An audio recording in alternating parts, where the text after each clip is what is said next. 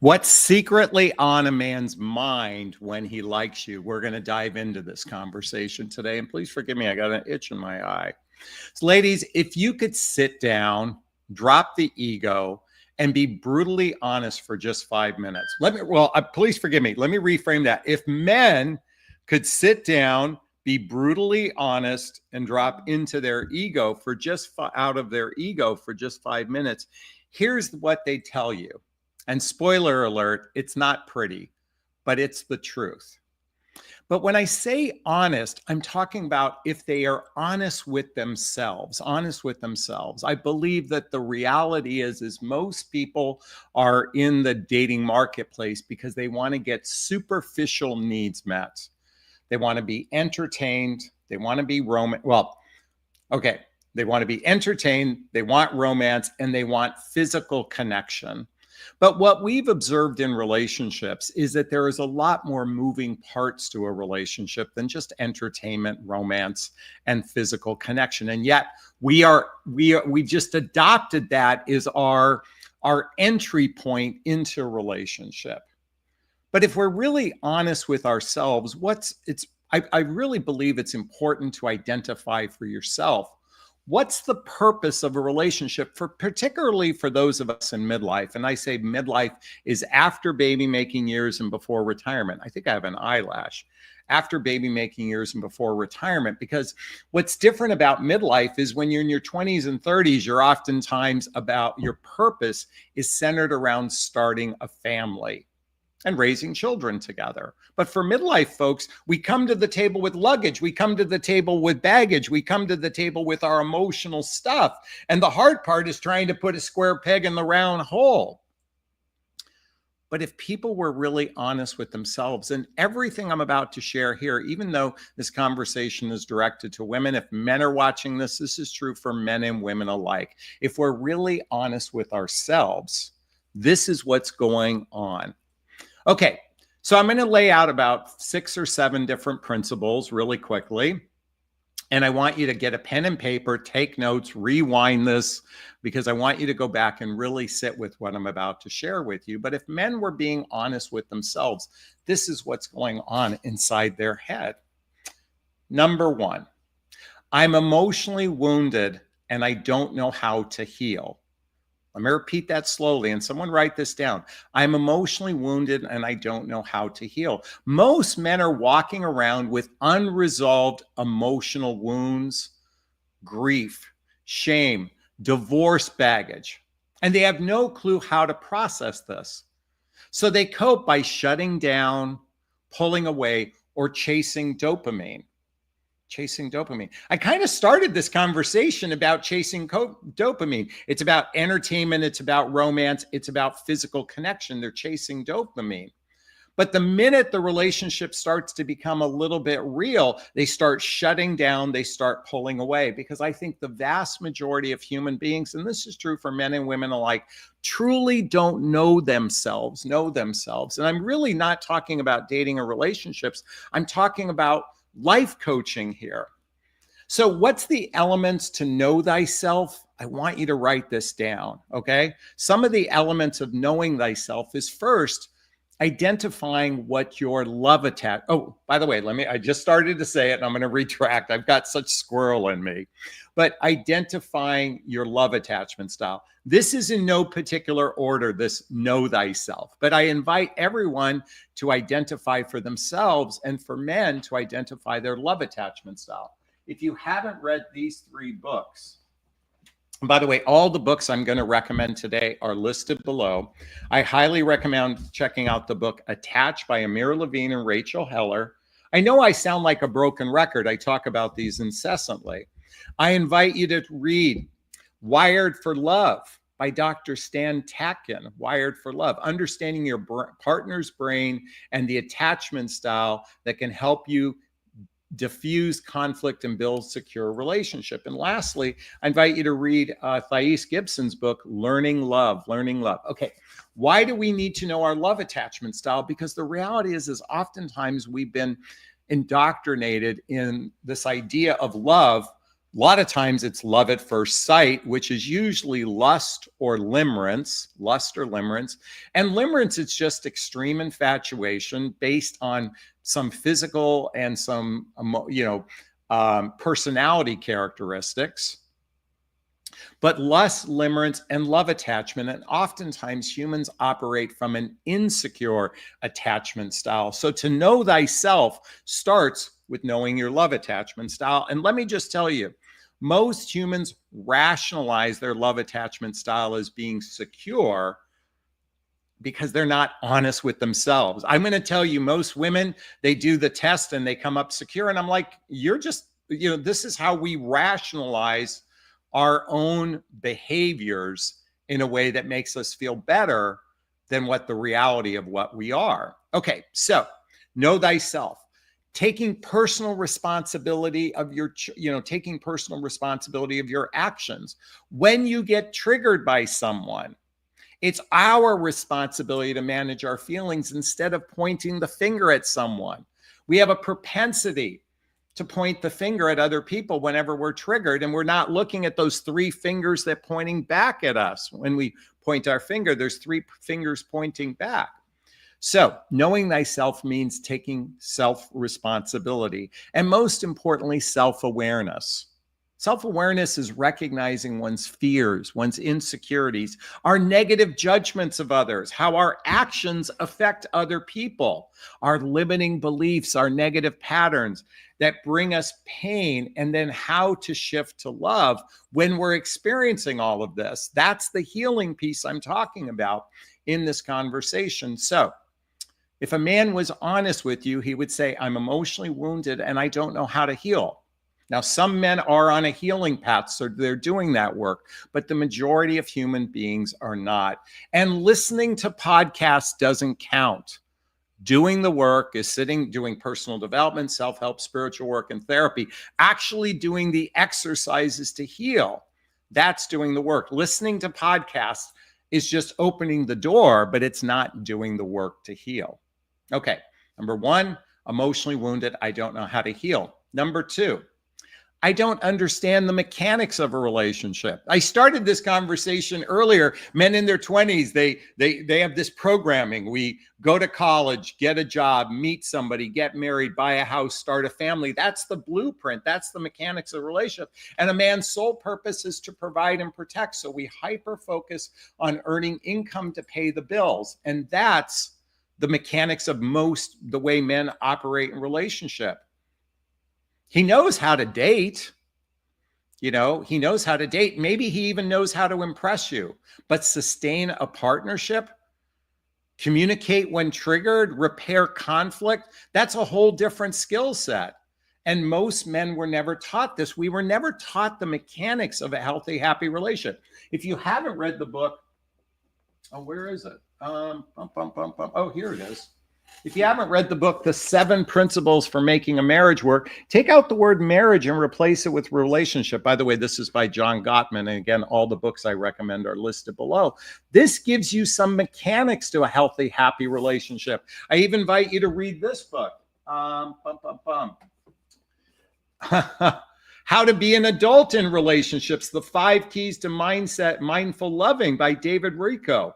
Folks, ladies, you are no better at this. You guys, just because you want commitment more than men doesn't mean you understand the mechanics of a healthy, happy relationship. And again, beyond that blueprint of making babies, we're oftentimes think of how many couples get divorced when their children are grown, because they hyper focused on the children being the purpose of a relationship and not really understanding the mechanics to a healthy, happy relationship, which includes conflict resolution skills, but also having a shared purpose beyond raising children. That's just some of the mechanics. Number 3, I don't know how to build a friendship with a woman. We so hyper focus. Oh my God, you're so amazing. You're so wonderful. Oh my God, all based on physical attraction, all based on the stimulation of physical connection, that we actually don't know how to build a friendship. I just pulled out this book the other day. It's by Dale Carnegie, how to win and influence people, how to win friends and influence people. You know, we humans do a terrible job of actually building a friendship within relationship. I got to tell you something. If you speak to happy couples, the core of their relationship is centered around friendship. Friendship means trust. Friendship means I have your best interest at heart. It's about building a relationship on the foundation of trust. And we started this if we could drop our egos and be brutally honest with one another, but we don't operate by that way because we're clouded by lust, by limerence, by unhealthy attachment. And we don't know how to. It's about real talk. Many men skip over friendship and go straight for chemistry. Why? Because they don't know how to open up emotionally. Vulnerability feels like a threat, not a strength. By the way, please forgive me. I'm yelling. I'm just passionate about this. And so it's not men's fault about this. We were never taught this.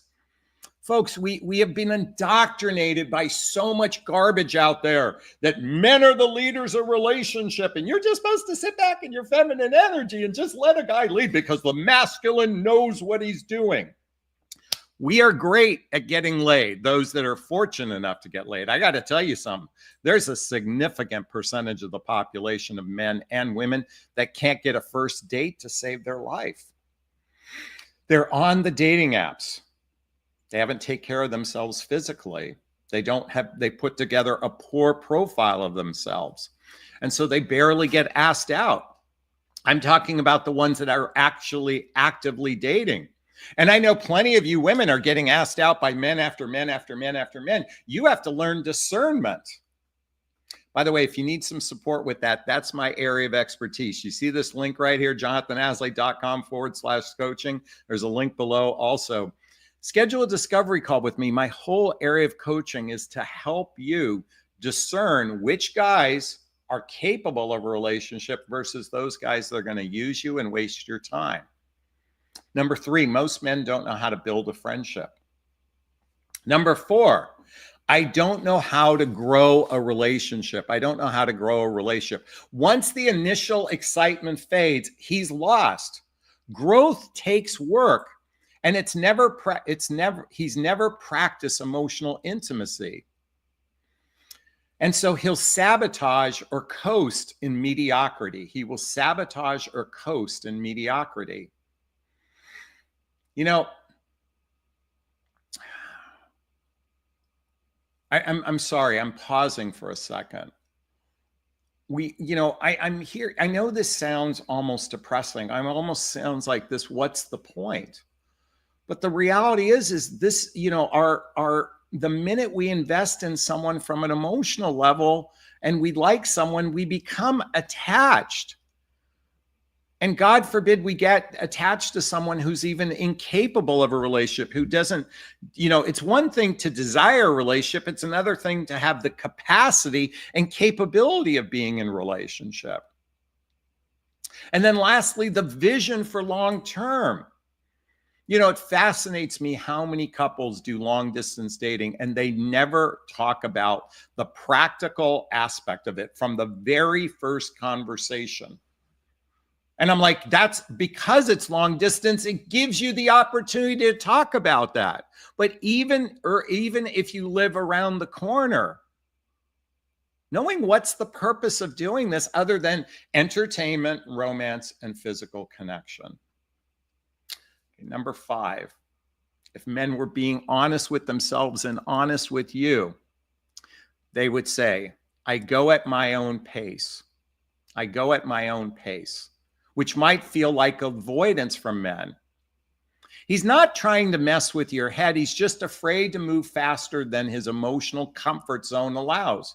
But here's the kicker. His pace might not align with yours, your reality. When a man says, let's take it slow, it's code for, I kind of like you. I like sex with you, but I can't commit to you. This is when, okay, let me reframe that for a second. This is after you're physically intimate with a man. If all of a sudden he shifts the pace from pursuit to let's take it slow. That is because he likes you. He likes sex with you, but he is either afraid of emotional commitment. He's unaware of how to build an emotional, he doesn't know how to build a relationship. I mean, all of that stuff. So he has to take it slow because he has to rewind because he went so fast in the beginning. Oh my God, you're so amazing. You're so wonderful. You're so hot, you know? And so he has to shift the speed, and men are going to go at their own pace.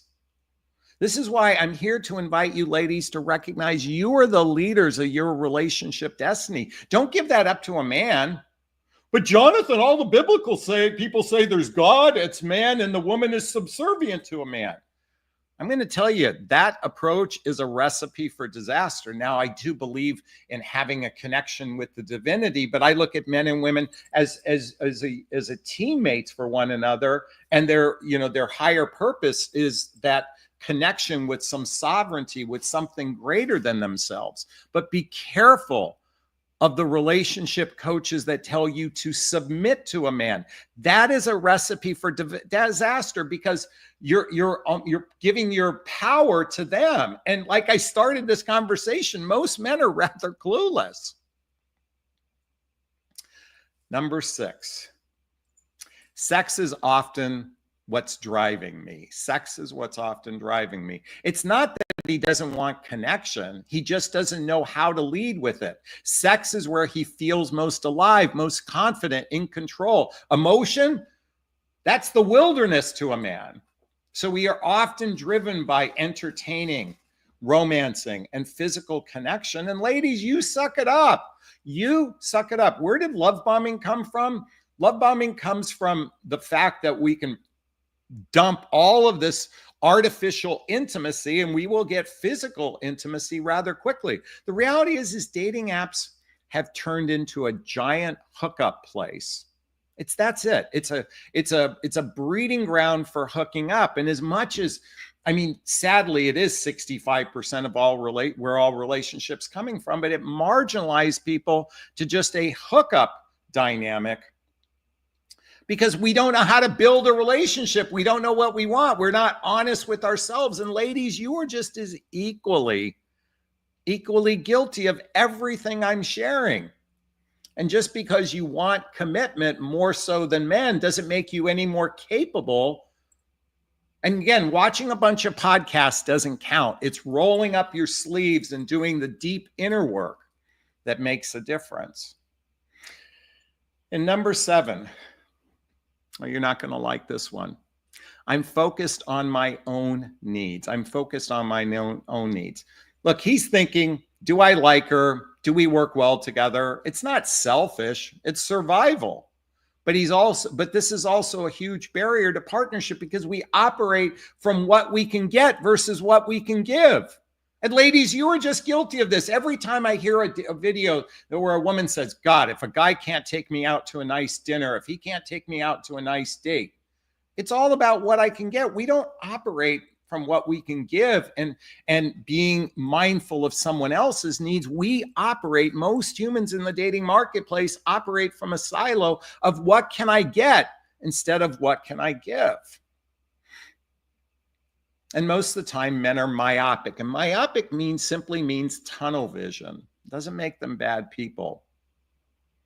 So, what do you think of all this? Hey, look, I know this can sound demoralizing. I get it. But what's the purpose of understanding this, ladies? Stop personalizing his behavior as if it has something to do with you, and take ownership. If you're really being honest with yourself, can you take ownership of these 7 areas within your own life? I mean, seriously take ownership instead of rationalizing how you're above it all. Can you stop trying to nurture him into emotional maturity? You have to be willing. You can't force a guy. If he's not willing to do the work, and when I say the work, it's recognizing our fears, our insecurities, our patterns, our negative beliefs, our judgments for others, and start peeling the onion on that. It's going to be problematic. And here's my invitation for all of you. Start choosing men who show up already doing the work. Not perfect, but capable of partnership, because that is the man who will meet you where you're at. He leads with commitment. He is committed to commitment. And if you want to identify those men, then in the very early on in the process, ask them, what does a relationship look like for you? Actually have him describe what it looks like on a day in, day out basis. Ask him, what does commitment mean to you? And ask him, what does commitment look like for you? Before that penis ever goes inside the vagina, ladies, do your due diligence. By the way, I'm assuming you want a partnership-based relationship. I forgot to say this in the very early on. I'm assuming you want a partnership-based relationship. And if you do, and if you have a long-term mating strategy, then operate from the place of intentionality versus this cavalier entertainment, romance, and physical connection. Is this sinking in? Is this resonating with you? Please let me know if it is. Post a comment below. I do my best to read them all in the first 24 hours. As always, if you find value in my videos, please hit that like button. Please share this video. Please subscribe to my channel and hit that notification bell so you can be notified of new videos. And if you want to connect with me directly, there's links below. Schedule a discovery call with me. See if working with a coach is right for you. Check out my group called Midlife Love Mastery. Get the books I recommend listed below. Get my dating vows, which is imperative to have that, all listed below. Oh, and you can find me on social media as well, all listed below. All right, those who know my live format know it's time for Q&A. If you have a question, there's a little chat box in the corner. Write the word question, then post the question thereafter. Or you can purchase a super sticker, super chat. All the monies from the super sticker, super chat goes, there's a little $ in the chat box. All the money, and there's a super thanks if you're watching a replay. All the monies from the super sticker, super chat goes to a scholarship fund in the name of my son, Connor Asley. That's a picture of him right there with his brother, Colin. This was us in Cancun probably 20 years ago. And in his honor, we donate to causes like the Hoffman Process Insight Institute and scholarships to coaching as well. And our goal today is $50. So I'd appreciate the love. Thank you so much. All right. Jen. Emotional overload. He needs time to process. Yes, that's the case. Michelle goes on to say, agape versus commensurate love. Exactly. Let's see. Charity says it's sinking in. I'm so happy to hear that. Simon says even Princess Diana and Kate Middleton removed the words "I will obey you" from their wedding vows. I love that. I love that. I didn't know that. So thank you for sharing that. Nazarene said, excuse me, I butchered your name. I love how intellectually clever you are. You're spot on. You know, it's interesting. I actually believe I'm very stupid. One of my core wounds, this happened when my 3rd grade teacher told everyone in the classroom that I was stupid. And since that day, I still carry a script inside of me that thinks I'm worthless because of that. So thank you for that. I really appreciate it. Stephanie says, poor men, boo hoo hoo. Again, men and women alike suffer from everything I just shared. You know, women and men are really bad at romantic relationships. You know why I know this? Look at, if 50% of first marriages end in divorce and half of those that are still married are miserable, that means we have a 75% unsuccess rate. And if second and third marriages end at a 65 to 75% rate, we are just not good at romantic love. We're just not, we're good at it for the short run. We're really good at it for the short run. But partnership-based relationship, we are not good at it, especially in today's environment. So that's just my observation. Okay, let's keep going. Oh, here's a couple questions. Ready? How long do I stick to a relationship if he's not progressing to marriage in a slower pace than we prefer? Well, I would ask him, I'd have a sit down, and it depends on how long you've been together. But I would say by the 6 month mark of two people being together would be a time to really roll up your sleeves and have a conversation.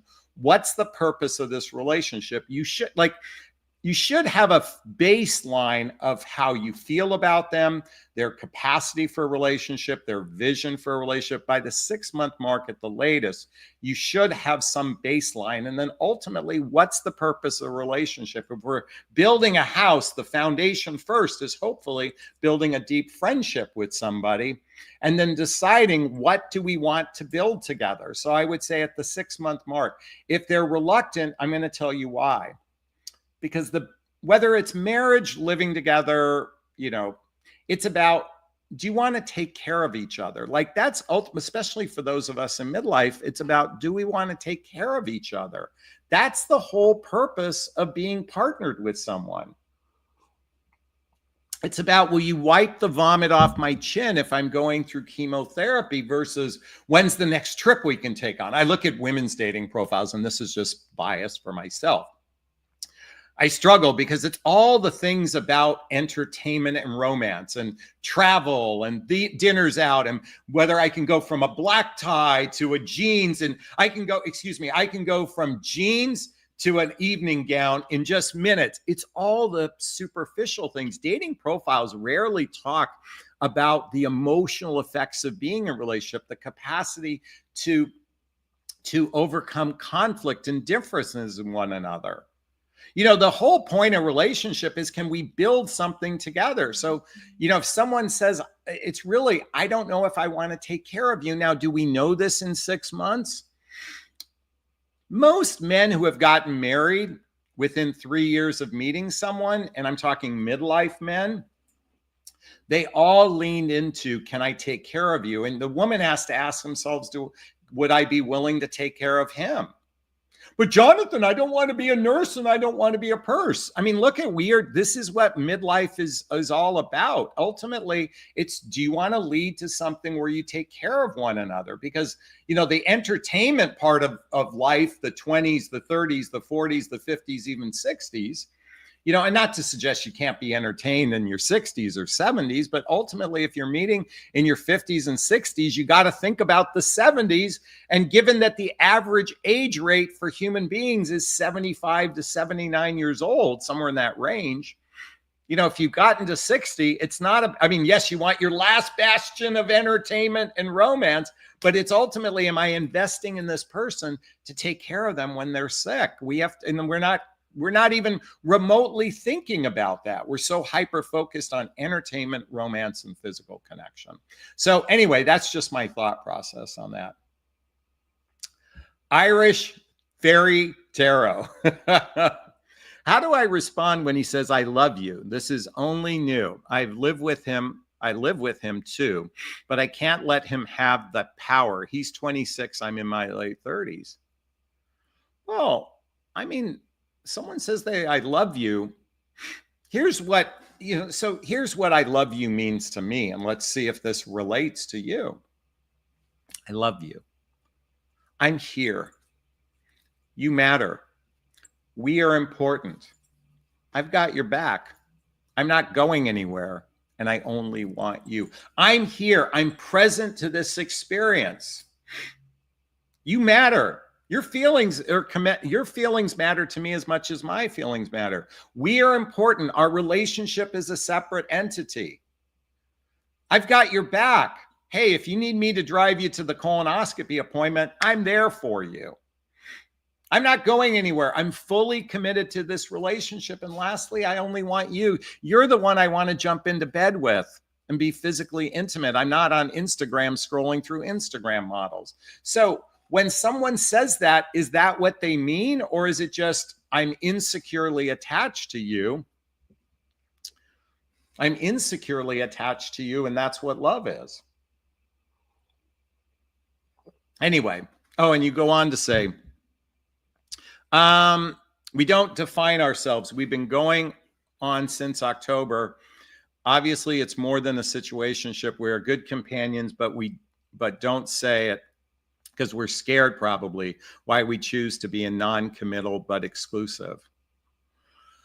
You know, grown-up relationships require grown-up conversations. I invite you, Irish tarot to read the book, How to Be an Adult in Relationship. If you want to be an adult in relationship, then start thinking about it. Think about a relationship like a business.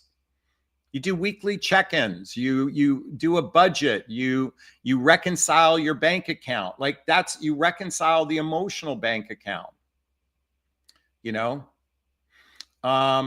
You reconcile the relationship. That's what grown-ups do. They are actively managing the relationship as a separate entity. And so if you're not in that space, but Jonathan, I'm just supposed to sit in my feminine energy. He's supposed to know everything because these men are so good at being the leaders of a relationship. By the way, I'm intentionally just, sarcastic and bombastic and obnoxious when I do that, because it's just a lot of words sitting in your feminine energy. How about just sitting in your empowered energy? That's what I want to invite you all to do. Be in your empowerment, speak up, start having grown-up conversations instead of, how's your day going? Did you have a good day? I hope you had a good day. Tell me about your day. I can't wait to hear all about your day. Anyway, I'm just silly that way. RM Bell says, me and my guy, when we are 79, we'll be enjoying some entertainment floating on the river, lazy river somewhere. Way to go. By the way, we got to give props to RM Bells for the $5 super sticker. Thank you for the love. Hey, listen, we've got $45 more to go for the rest of the day. I would appreciate, listen, if 20 of you just donated $2.50, we'd get to that goal. Janet says, Jonathan, you are so worthy. Don't let the third grade teacher have rent in your head. It's part of what I'm working on. In fact, folks, I'm going to share something public with you. I posted this. Before. Wait a minute. Here, hold on a second. I posted this on my my social media, but I want to read it to everyone. This is a personal share. If I'm being gut level honest with you and myself, I wasn't just looking for love after my divorce. I was looking for a damn lifeboat. There was a hole in me, and somewhere deep in the back of my mind, I thought a woman might fill it. Society doesn't help either. This constant messaging that happiness is a two-player game. And here's where it gets really tangled. As a dating coach, I was emotionally trapped in my own belief system. I had to put on a face of hope. I had to believe love was just around the corner for you, for me, for all of us. Because what does it mean for my work if I start to question this narrative? But here's the plot twist. My last relationship ending didn't just break my heart. It cracked open the illusion. It forced me to ask, what if love isn't about finding someone, but finally finding me? Since then, I've done something wild. I've stopped trying to find love. No more swiping, no more auditioning, no more spiritual whack-a-mole that's called online dating. I've been spending time with myself, and shockingly, I like this guy.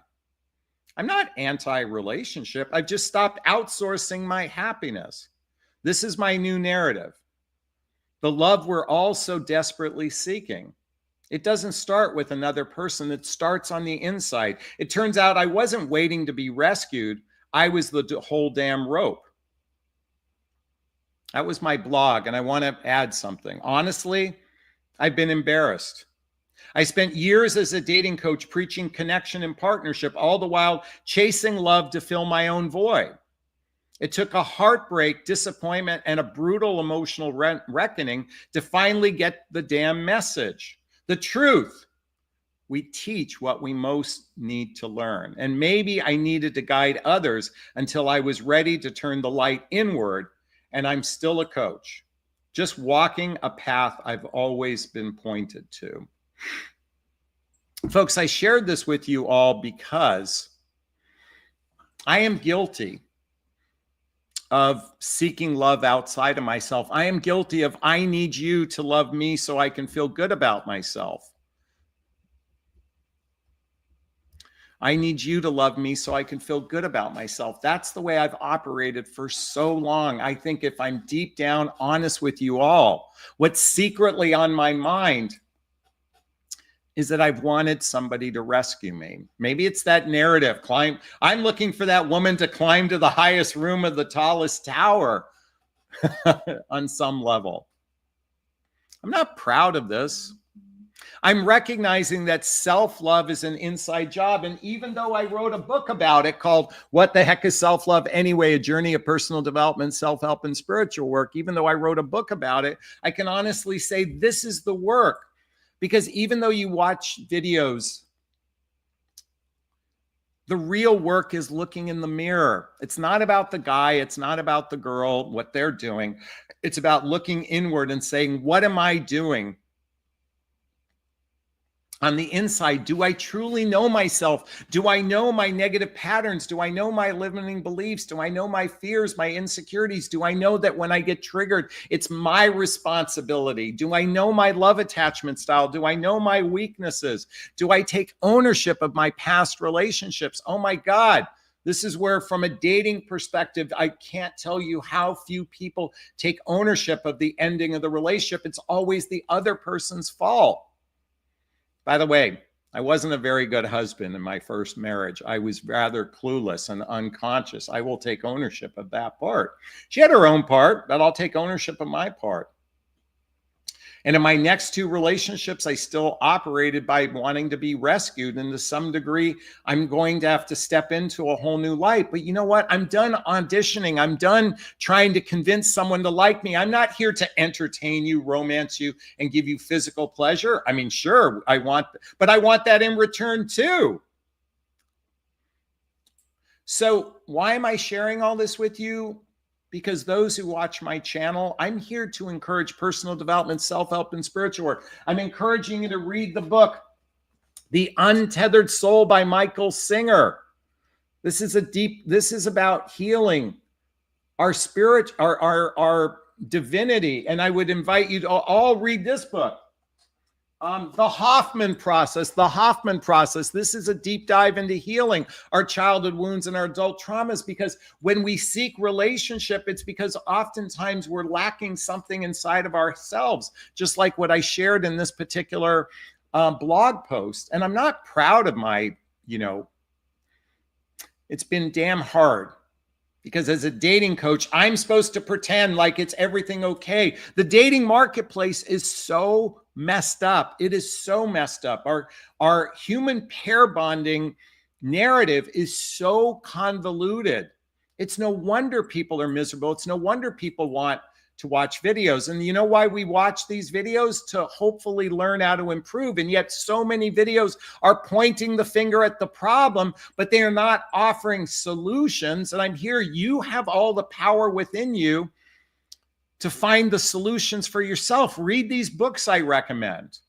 Stop chasing the egoic aspects of a relationship. Start to understand the mechanics of a relationship. Stop chasing lust and limerence and physical connection and chemistry, and start focusing on the true value of a relationship is to be with someone who's kind, somebody who's caring, somebody who has your best interest at heart. But Jonathan, he's got to be 6'2", and for the men, they want the supermodel. Let's stop focusing on the superficial aspects and start focusing on the heart. That's my invitation for everyone. Is this sinking in? Is this resonating with you? Please let me know. I'd like to hear your thoughts on what I just shared about this personal share. Post a comment. I'm going to do my best to read them all. And if you want to connect with me, well, if you liked what I shared, hit that like button. And if you want to connect with me, then click the links below to get to schedule a discovery call with me. All right? Okay. All right. Anyone who wants to join the Love Seat, I'm just posting a link right now. If you want to join me live and on camera, let's have a conversation about this. Stacy says, thank you for the love and support and helping us heal. You're very welcome.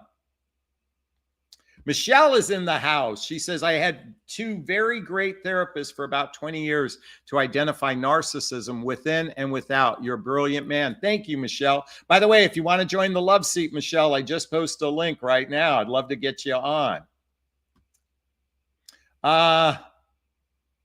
Let's see. Frank says, I'm recently widowed as I'm grieving, and I'm also finding being alone has empowered my self-love, and I found peace. Way to go, Frank. We're happy to hear that. Way to go. All right. Let's see what else we've got here. Bump, bump, bump, bump, bump. R.M. Bell said, I had all that, and I threw it all away. Got it. All right, Ners in the house. Welcome. Hello. So Hello. I've been watching your YouTube channel for like over a year now. Okay. But I'm in a relationship and it has been over 8 months. Yeah. Okay. So everything is going great. He's a great guy, generous, kind. He has 2 kids, a divorcee of like 3 years. Yeah. How old is he? He's 45. And how old are you? I'm 29. Okay. No, there's no judgment here. Yeah. So I want to see some commitment, and like I would like him to pop the question. Yeah. It's not happening. So last weekend I told him. Wait, before you go into last weekend, yeah. Why do you want him to pop the question? I want to hear your why. Well, because I think I know him already. Like 8 months is not a short time, and we have been seeing each other 2 or 3 times a week since we started dating. Okay. And I don't know what is gonna change if we keep waiting. Like in 4 months' time, what's gonna change? What am I gonna find out about him? Yeah.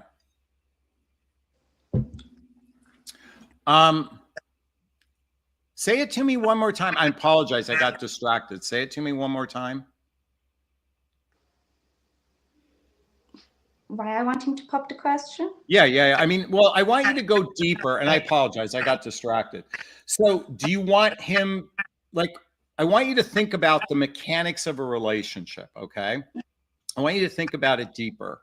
So he's got 2 children. What's his schedule with his children? Like he's a great father, very attentive. Okay. Twice, like 2 days a week, he has the kids. Yeah. Okay. But apart from that, they go on vacations once in the summer and once either in spring or autumn. So, yeah. Okay. He's very attentive, and I have kids, so I'm 29, and you know it's a good time. Like, why not? Okay. All right. So there's not a lot of depth in what you just said. Okay. I just want you to know that. I mean, you're just saying like, oh, I just want to get married. Okay. But there's no real intentionality behind that. So I invite you to lean into that a little bit more and really get clear about your why. Okay. So let's look at it let's reverse engineer this. Why do you think he hasn't popped the question? I don't know, actually. Maybe it's just too early. Maybe I'm rushing things because I'm 29 and soon I will turn 30. And maybe it's just that, because I think I would be more, I could take things slower if I was like in the beginning of my 20s, right? Yeah. But now. Wait, do you want to have children? Do you want to have children? Yeah, I do. And does he want to have more children? Yeah, he does. But the problem is he's 45 and I'm almost 30 and I want to have kids before I turn 35. So in like 5 years time, he's going to be close to 50. Yeah. Like we got to sort of go with a faster pace. Wait, how long has he been divorced? 3 years. Okay. And has he had any other relationships before you? Yeah, he had, but he has not introduced them to his family. So he introduced me to his family. Okay. So yeah, everything is great. We are going, I think, pretty seriously, but Have you I, asked about marriage? yeah, like last weekend I said, oh, you know what? I think a mosquito bit my finger. Like I think some protective shield here. What do you think Okay. will sleep there? So what else can I say? So, okay. And how did he respond to that? Oh, we laughed it off. So my plan Why do you is think he laughed it out? because it was funny. Okay, so you said something funny that wasn't serious, and he reacted with because you weren't being honest. You were being silly. Yeah. You know, you weren't being an adult. You were being, hey, I'm a little girl. I'd like to have a gold ring on my finger. I'm just a little girl. That's the way you operated. You didn't operate like an adult. You're not talking about your relationship most likely at a real granular level, like because ultimately, I will tell you most likely, and I'm not suggesting that this is absolute. I'm just saying most likely he's gun shy to getting married again. Did he have a contentious relation? Did he have a contentious divorce? I don't know. I just know that it took them a year and a half to get a divorce with all the lawyers and stuff. Yeah. I don't know much So, about I mean, does he talk bad about his ex-wife? No, not at all. But that's a Okay. great quality that I like about him. He hasn't said anything bad because if he does, that means if our relationship ends, then he may say something bad about me. Yeah. So okay, that's good. So I would venture to say in the, like he probably doesn't know the mechanics to a healthy, happy relationship. He probably hasn't fully processed the ending of his relationship. He probably hasn't taken full ownership of it. He probably he's probably emotionally wounded and hasn't done any work on himself. I mean, this is most likely where he's at. And I'm just saying this statistically speaking. Is he focused on his own needs, or does he genuinely care about you and care about your needs? Yeah, he does. He does care about me. He's very gentle, a great man. So that's the reason. Like, I feel like I've known him good enough, and not a single bad thing came about him. Like, and I don't know. Like, I'm done with my decision. Like, I think it's a good call. Yeah. But I think he Okay, needs so more then the time. question is, then I would invite you to have a sit-down conversation and ask about where's this relationship going from your point of view. Like ask him, where do you see this relationship going from my point of view? And then you say like you're asking it, where do you see this relationship going from your point of view, meaning him, okay? I would like to get married. How does that fit into your timeline? And start having conversations instead of, oh, look, my finger is empty. I'm a little 16-year-old girl. I'm a princess. I'm being, I'm sorry. I mean, if you were my daughter, I would say, be a grown up. Ask him what he wants. And you will find that he will most likely go, I'm not ready. And he's going to probably say, I need a couple years to be ready. Oh, for real? You sure? Most likely. Yeah, because I don't have a couple of years. No. Well, because you guys went in so naively, you went ambivalently. Yeah, but then there is the talk about. By the way, there's something wrong with your sound. Sorry? Okay, talk to us. Yeah, we have this static. Yeah, there's the talk about the kids, future plans. Do me a favor, hang up and come right back on. And while she's doing that, folks, because there was a problem with the microphone, I look at, she seems like a very sweet and kind person. There's no doubt about that. And she's still operating from the way most people operate, from a very naive place about relationship, is probably focused on entertainment, romance, and physical connection without talking about the mechanics to a healthy, happy relationship to build that deep friendship. Here she's coming back. So let's see if this works. Okay, we got you back. Thank you. So there is the talk about Oh, shoot, we still have a problem. I'm sorry. Well, listen, I'm going to hang you up and I'm going to keep talking to the camera about this, okay?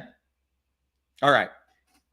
Good luck. So, Nur was very, very sweet. And coming back to my point, you know, this whole my finger is empty kind of thing is a very, you know, naive, childlike way of approaching this. I'm here to encourage adults to operate from a more sincere place. Now, they've only been together for 8 months. So I suspect he probably knows whether or not he likes her at this point, but does he want to take care of her? This is the scary part about midlife dating, because many people coming off of a divorce are rather gun shy to a significant relationship. They're gun shy to a significant relationship because they don't want to have another bad experience. The problem is most couples don't operate from a place of intentionality. They're hyper focused on chemistry and attraction. I don't know their capacity to resolve conflicts between the two of them. I don't know that piece. But ultimately, because he's chosen a woman who is literally 16 years younger than him, he has to operate from the premise of, I'm going to take care of you. So I'd want to understand the financial mechanics of this relationship. How involved are they in each other's lives to build something together? These are the kind of conversations. And I would say getting close to the 9-month to the 12-year mark is the time to start having these serious conversations. By the way, if you look back in history, we committed to someone very quickly, and now we just operate from a very cavalier place. We're just enjoying each other's time. We're just experiencing each other. We're not building something together. So, Noor, I invite you to have a sit down with them, have a serious conversation about what's the purpose of this relationship? What's our relationship vision? Are we moving towards the idea of being partners with one another, or are we just experiencing one another? And it's quite possible, Noor, that you are simply a placeholder in his life, as he's trying to figure out and raising his children and all that stuff. And ultimately, I'm going to venture to say, it's rare that a man wants to make babies after he's already had babies with someone else. It's rare. There's the exception to the rule, but it's very rare that he might want to make babies with you. So just be aware of that. Is this sinking in? Is this resonating with you? Please let me know if it is. I'd like to hear your thoughts on what I just shared. Post a comment below. I do my best to read them all in the first 24 hours. As always, if you find value in my videos, please hit that like button. Please share this video. Please subscribe to my channel and hit that notification bell so you can be notified of new videos. And if you want to connect with me directly, schedule a discovery call with me to see if working with a coach is right for you. Join my group called Midlife Love Mastery. Get all the books I recommend, all listed below. All right, we've got Terry that said, this guy isn't ready for a relationship. This guy isn't ready to commit. RM Bell says, he's more complex part of his life than she is. She is on her own time schedule and pressure comes in. Yes, he's got more moving parts to his life because he's raising children, probably has alimony, child support involved. There's more moving parts. Sheila said, this is definitely resonating with me and hit spot more than once. Yes, I'm trying to.